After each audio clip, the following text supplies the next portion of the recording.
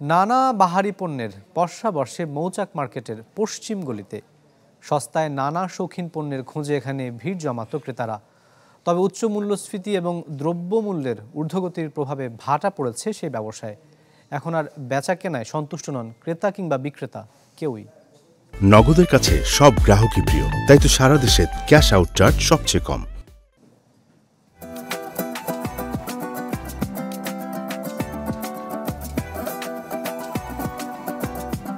আলো ঝলমলে মৌচাক মার্কেটের পশ্চিম গলি, যা ক্রেতাদের কাছে পরিচিত কসমেটিক্স গলি হিসেবে।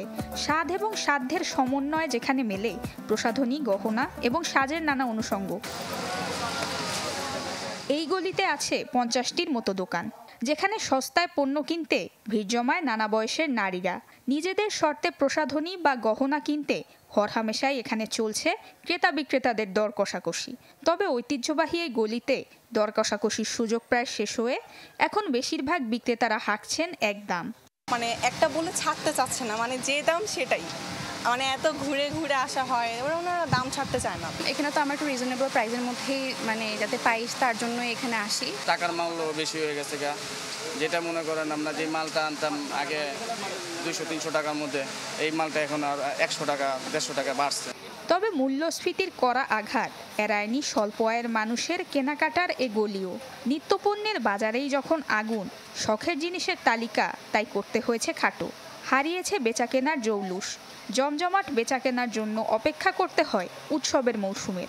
দোকানভেদে মাসিক 50 থেকে 60 হাজার টাকার বিক্রি নেমেছে 30 থেকে 20 হাজারের ঘরে। সারা মাস ব্যবসা বাণিজ্য করে লসের দিকে আসছে।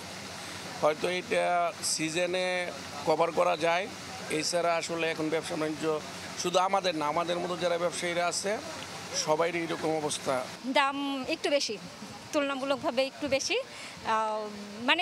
ওনারা হচ্ছে একদম ফিক্সড প্রাইস। কোনো দোকানে একটু বেশি দাম চায়, আবার কোনো দোকানে রিজনেবল, যেটা সবার সাধ্যের ভিতরে।